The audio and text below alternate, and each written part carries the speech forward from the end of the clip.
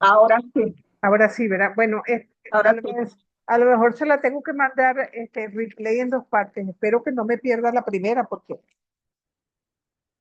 si no, voy a ver cómo hago para solucionar eso. Bueno, el caso es, ¿verdad? Que entonces, nos encontramos al no conocer el idioma original en que están escritos los textos y que nos permitirían tener como nuestro propio criterio, ¿verdad? Entonces nos encontramos ante estas dificultades. Fíjense que una persona que lea esto desde su perspectiva afro-latinoamericana o afroamericana piensa, caramba, pero yo no hubiera puesto pero, sino, y como decir, el hecho de que sea negra no le quita lo bonita, ¿no? Entonces, fíjense, aquí tenemos nosotros otro texto, Marcos 1:41. ¿Qué dice en su Biblia?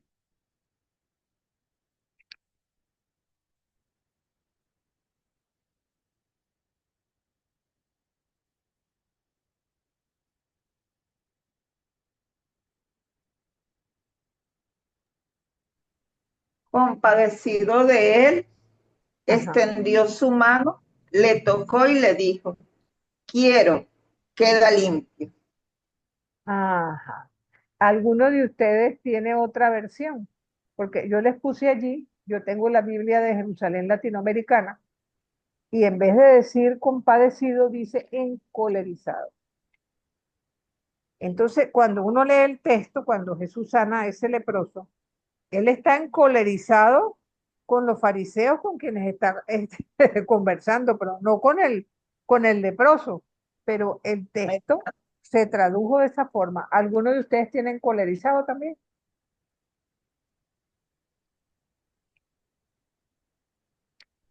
¿Dónde? Profe, el capítulo es 1:41. 1:41, sí, exactamente. Lo que dice Jesús tuvo compasión de él, lo tocó con la mano y dijo, quiero, queda Es- limpio. Eso es lo que dice el texto griego, compadecido.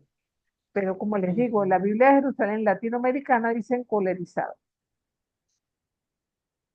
Entonces, cuando uno está trabajando un texto, y es una recomendación que les hago, aunque ustedes no se vayan a dedicar a la parte bíblica, pero uno le interesa enriquecerse con el texto, es bueno que tengan por lo menos dos versiones en la mano para que si hay alguna discrepancia, se paren allí y traten de averiguar qué es lo que dice el texto en realidad. Y un buen ejemplo lo tengo en Mateo 15:23, que es la versión matiana de la mujer sirofenicia, que en el caso de Mateo es la cananea, ¿verdad? Fíjense que ahí yo les hice el trabajo. En la Jerusalén del 75 dice, él no respondió palabra, sus discípulos acercándose le rogaban, concédese. La Biblia de nuestro pueblo le dice, atiéndela, sinónimo del anterior, ¿está bien? Igual que la del peregrino, atiéndela. Pero resulta que cantera e iglesia, ¿verdad? Dice, despídela. Y la Biblia de América dice, dile que se vaya. ¿Qué tienen ustedes? ¿Atiéndela o despídela? En su Biblia. No, estoy perdido, profe. Lo que pasa es que se me fue la conexión, no sé dónde estoy. Estamos hablando Ajá. de Mateo. Mateo 15:23, Ok, ¿verdad? ok, Es la gracias. versión de la mujer cananea, cuando ella va gritando detrás de Jesús diciéndole para que cure a su muchachita que está endemoniada, ¿verdad? Entonces, vamos a encontrar algunas versiones, como la de Jerusalén, la de nuestro pueblo, la del peregrino, que dicen que los discípulos le decían, pero atiéndela, vale, concédese. Pero hay otras versiones que no dicen concédeselo, sino despáchala, despídela, dile que se vaya. Entonces, ahí está mi pregunta. ¿Qué tienen las Biblias de ustedes? ¿Atiéndela o despídela? La mía No, dice, dile a Conce- esa mujer que se vaya. Ajá, La mía igual dice eso también. Y tengo ajá, otra Ajá, Señor, atiéndela, ¿ve? También dice Entonces, atiéndela. atiéndela. Bueno, atiéndela. fíjense que es allí donde tenemos nosotros el conflicto, porque no es lo mismo atiéndela que despídela. Y entonces uno dice, ¿qué es lo que pega con el contexto? Lo que pega con el contexto es despídela, apoluson, es lo que dice el texto en griego. ¿Por qué razón? Porque la mentalidad de un judío del siglo primero no es de ponerse a conversar con las mujeres. Y si una mujer viene pegando el eco desde atrás, eso es como diríamos nosotros aquí en Venezuela, que es una raya, ¿no? Que no debería, bajo ninguna circunstancia, esa mujer está gritando como loca allí. Y pasa, ¿verdad? Entonces, eso es dificultades en los textos. Ahora, les voy a poner un otro texto, que es Lucas 5 del 10 al 11, cuando dice que los hará pescadores de hombres.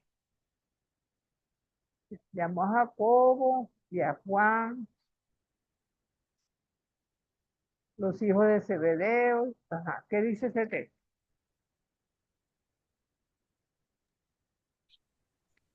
También lo estaba buscando, también estaban Santiago y Juan, hijos de Zebedeo, que eran Ajá, compañeros de Simón. Pero ajá, Jesús le dijo a Simón, no tengas miedo, desde ahora vas a pescar hombres. ajá. Entonces llevaron las barcas a la tierra y lo dejaron todo y se fueron con Jesús.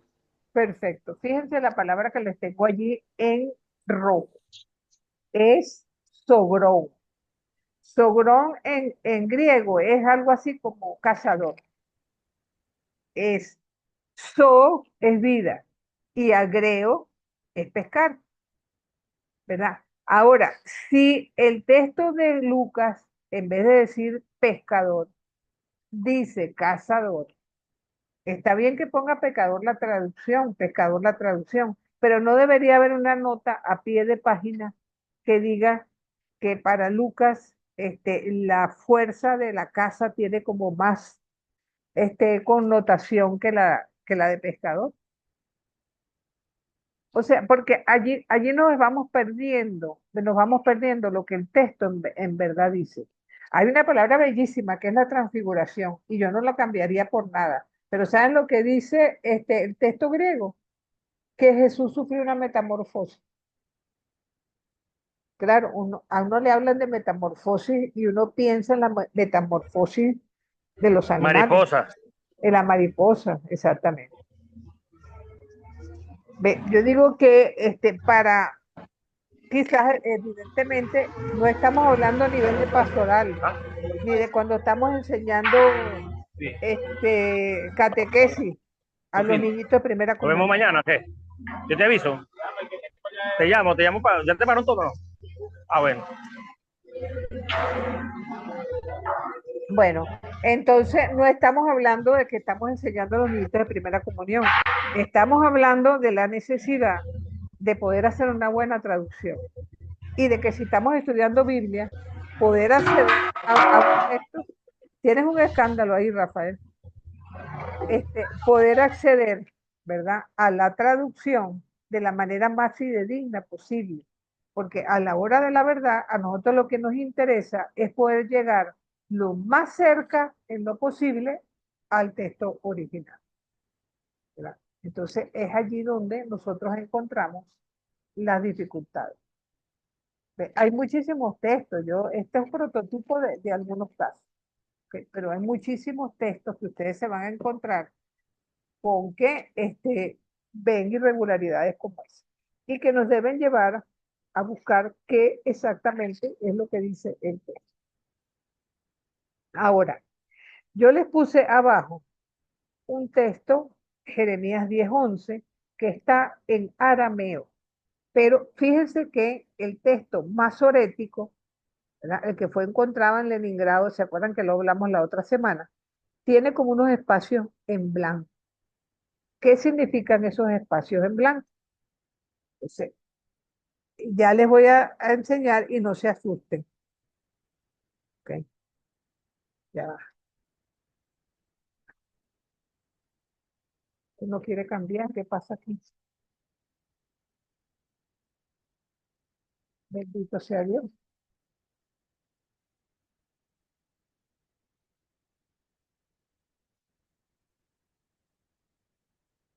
Pero en ese momentico, mi gente, que no quiere cambiar la lámina.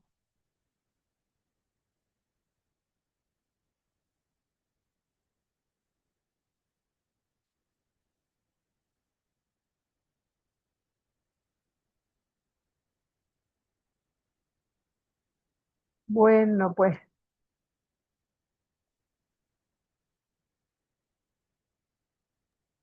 Y se la cambia en la pantalla que está de un ladito a ver si quiere bajar. sí, es que la estoy tratando de cambiar aquí y no me lo permite. Que esa es la cosa. En la pantalla grande. Sí, Ah, ok.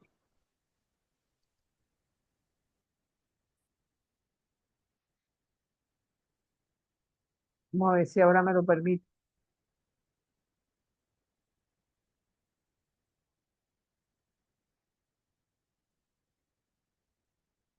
Bueno, voy a volverla a poner. Espérense un momentico y la vuelvo. Qué locura. A ver si ahora me lo permiten.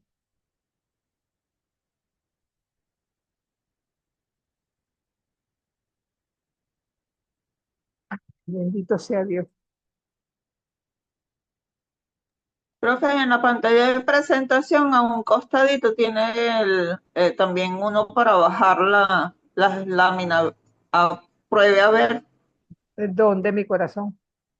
Aquí de donde tiene la presentación que estamos viendo, a un Ajá. lado, sería el lado derecho suyo, tiene una Este icono barrita no para me lo. bajar. Ajá, en el otro, no en el comprimido, sino en el grande, el que estamos viendo es. A ver si ahí. Uy, no. No, se fue para la forma.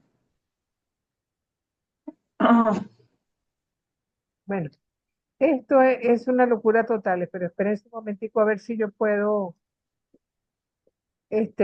resolver, porque me interesa que vean precisamente ya va.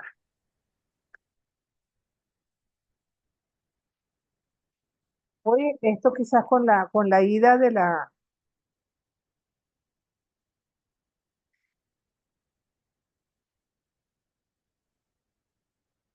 santo Dios.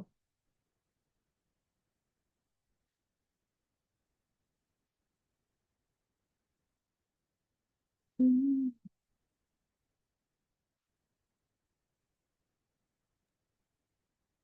Tiene que irse para el archivo que tenía. Sí, voy a tratar de ir al archivo.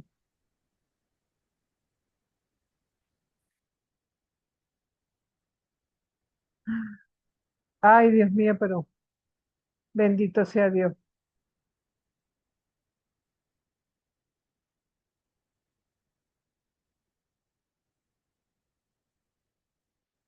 Bueno, yo se los tendré que mostrar la semana que viene, no me queda más. Y yo lo que le quiero decir es que muchas veces los textos a veces se presentan tan complicados que este texto de Jeremías tiene un componente en arameo, otro componente en la lengua de los sabios, otro componente en cananeo. Entonces uno se pone a ver después, Dios mío, pero ¿cómo traducen algo en estas circunstancias? No, no hay Y cada posibilidad. uno en un contexto diferente, Y porque cada uno en un contexto cada diferente. uno, Exactamente.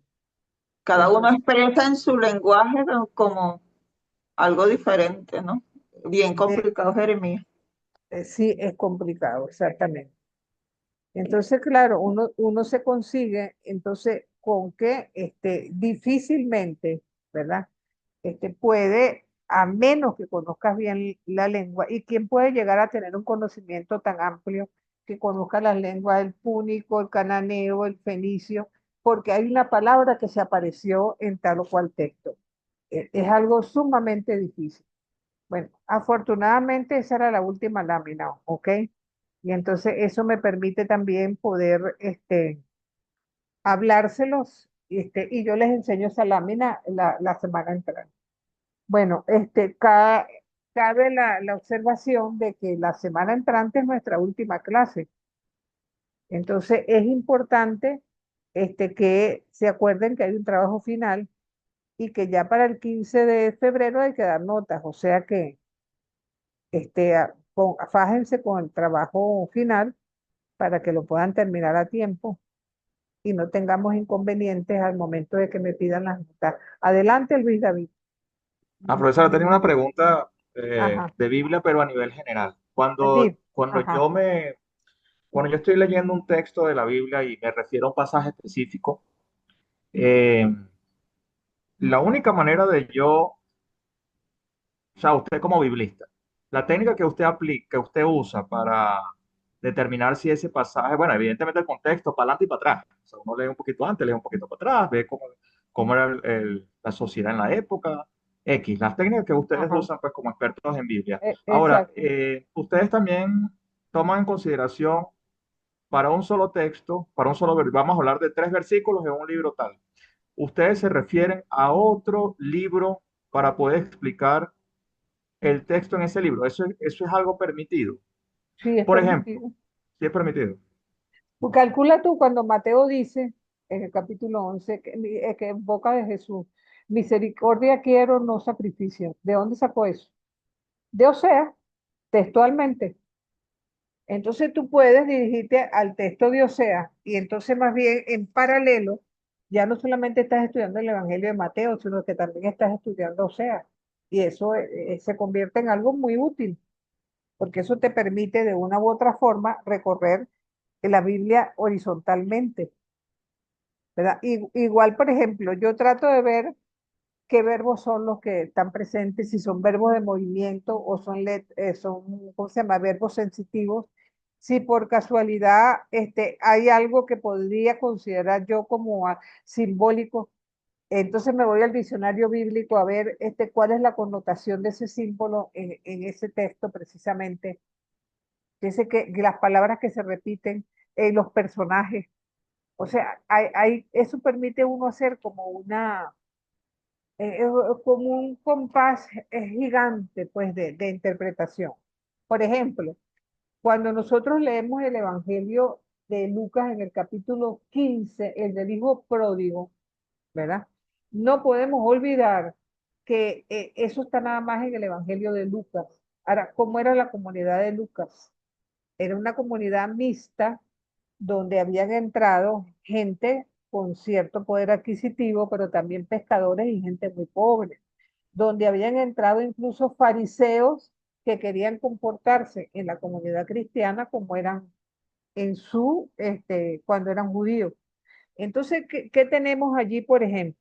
No podemos leer ese texto sin vincularlo a los otros dos, al pastor que va en busca de la oveja perdida, a la mujer que está buscando la monedita en la casa, porque en cierto modo lo que Lucas nos está diciendo es que la oveja perdida es alguien que se fue de la comunidad porque no encajó.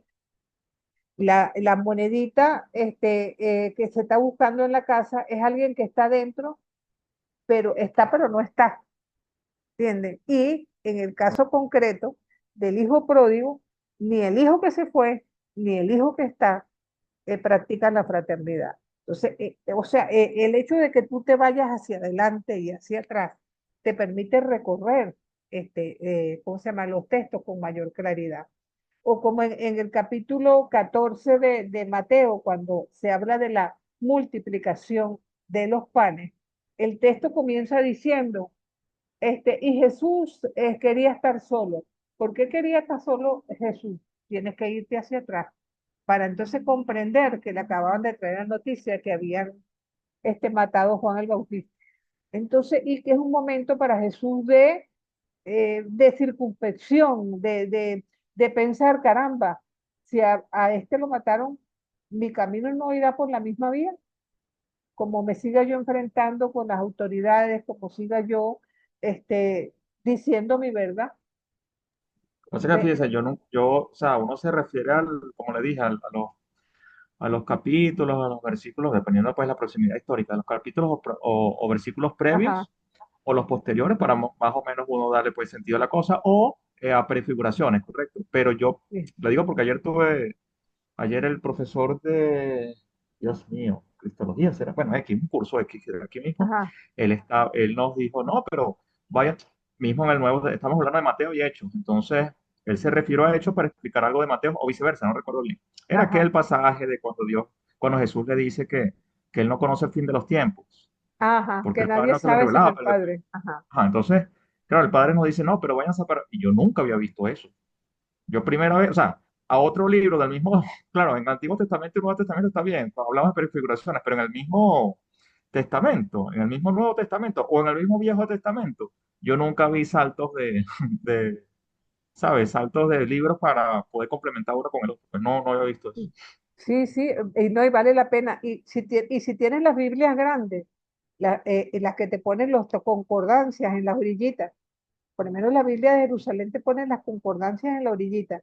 Entonces tú puedes a veces coger una frase, y te vas para allá. Cuando Pablo nos habla de los dones del Espíritu Santo, eso no está en Isaías 11, ¿acaso? Los dones del Espíritu Santo. De Ajá. alguna manera es una relectura para el Nuevo Testamento, igual que Lucas 4 en la sinagoga de Jerusalén está tomando Isaías 61. Entonces, ¿qué está haciendo Lucas? Haciendo una relectura del texto de Isaías y aplicarlo a la persona de Jesús. Entonces, eso es muy útil cuando tú empiezas a ir atrás y adelante en los textos, porque te permite profundizar más todavía.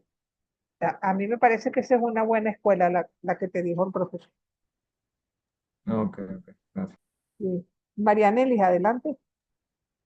Sí, profe, solamente referirme a lo que él hablaba, ya usted ahí hizo referencia también acerca de las Biblias que traen, digamos que esas letras pequeñas que te enlazan con otro texto bíblico y precisamente el trabajo que estamos haciendo, el trabajo que nos mandó, a mí me ha servido muchísimo eso, el tema de leer si es el Antiguo o Nuevo Testamento, sea cual sea, cómo tienen relación una cosa con la otra. Es un poco de Exacto. de la inquietud que tenía Luis David. A mí me es muy práctica cuando ese tipo de Sí, Biblias traen las referencias. la concordancia. Sí, Sí, yo tengo aquí la de Navarra y tiene bastante referencias, muchas referencias bien chéveres. Pero bueno, eso, me refería era eso porque, claro, nunca había visto saltos de libros dentro del mismo testamento. Había visto del viejo para el nuevo, del nuevo para el viejo, pero dentro del mismo nunca. sí, sí, bueno, esa es una experiencia y de paso una experiencia maravillosa, porque entonces uno se va involucrando con los textos y cuando vienes a ver, vas para adelante y para atrás con una facilidad que tú mismo te asombras, pero es porque ya te estás acostumbrando a hacerlo así. ¿Ves? Y entonces uno, es como cuando, por ejemplo, Jesús habla de que es más fácil que un rico entre por la aguja, no, perdón, que un camello entre por el ojo de una aguja que un rico en el reino de los cielos. Pero la aguja no es una aguja que utilizamos para coser. La Sí, era la aguja puerta del es pueblo. la puerta de entrada y la chiquita, donde no se permitía que entraran caballos cuando venían a invadir. Y entonces donde el camello para poder pasar por ahí tiene que agacharse, ¿no? Y entonces de alguna manera Jesús está haciendo referencias a la humildad. Tenemos que agachar la cabeza si queremos pasar, o sea, a la gracia, por decirlo así, si queremos pasar por la puerta. Te digo, a mí me parece extraordinario ver las cosas así. Pero fíjate, para que veas en las Biblias las concordancias, si no están de lado, están abajo, a pie de página. Y siempre te va indicando algunos textos, tanto del Nuevo como del Antiguo, que hacen referencia a lo mismo que estás leyendo en ese momento. Ok. Sí, sí. Bueno, miren, yo voy a tratar de ver cómo recupero esta clase de hoy, porque ciertamente con esa ruptura que hubo ahí, no sé qué pasó, si lo puedo este, arreglar o no. Si no, voy a ver cómo hago para enviársela, aunque sea la del año pasado. para poder que ustedes puedan recuperar lo más importante de la misma. Ahora, recuerden que la semana entrante es la última clase y con eso cerramos un poco lo que es este semestre. Y bueno, espero encontrarme con algunos de ustedes en el siguiente con el Nuevo Testamento. Entonces, bueno, Dios me los bendiga. Espero Dios Amén. Gracias, mediante que no. licenciado. Amén. Chao, profe, Igualmente, amén, gracias. profesor, que se cuide. Amén, Gracias. amén, amén. Bendiciones.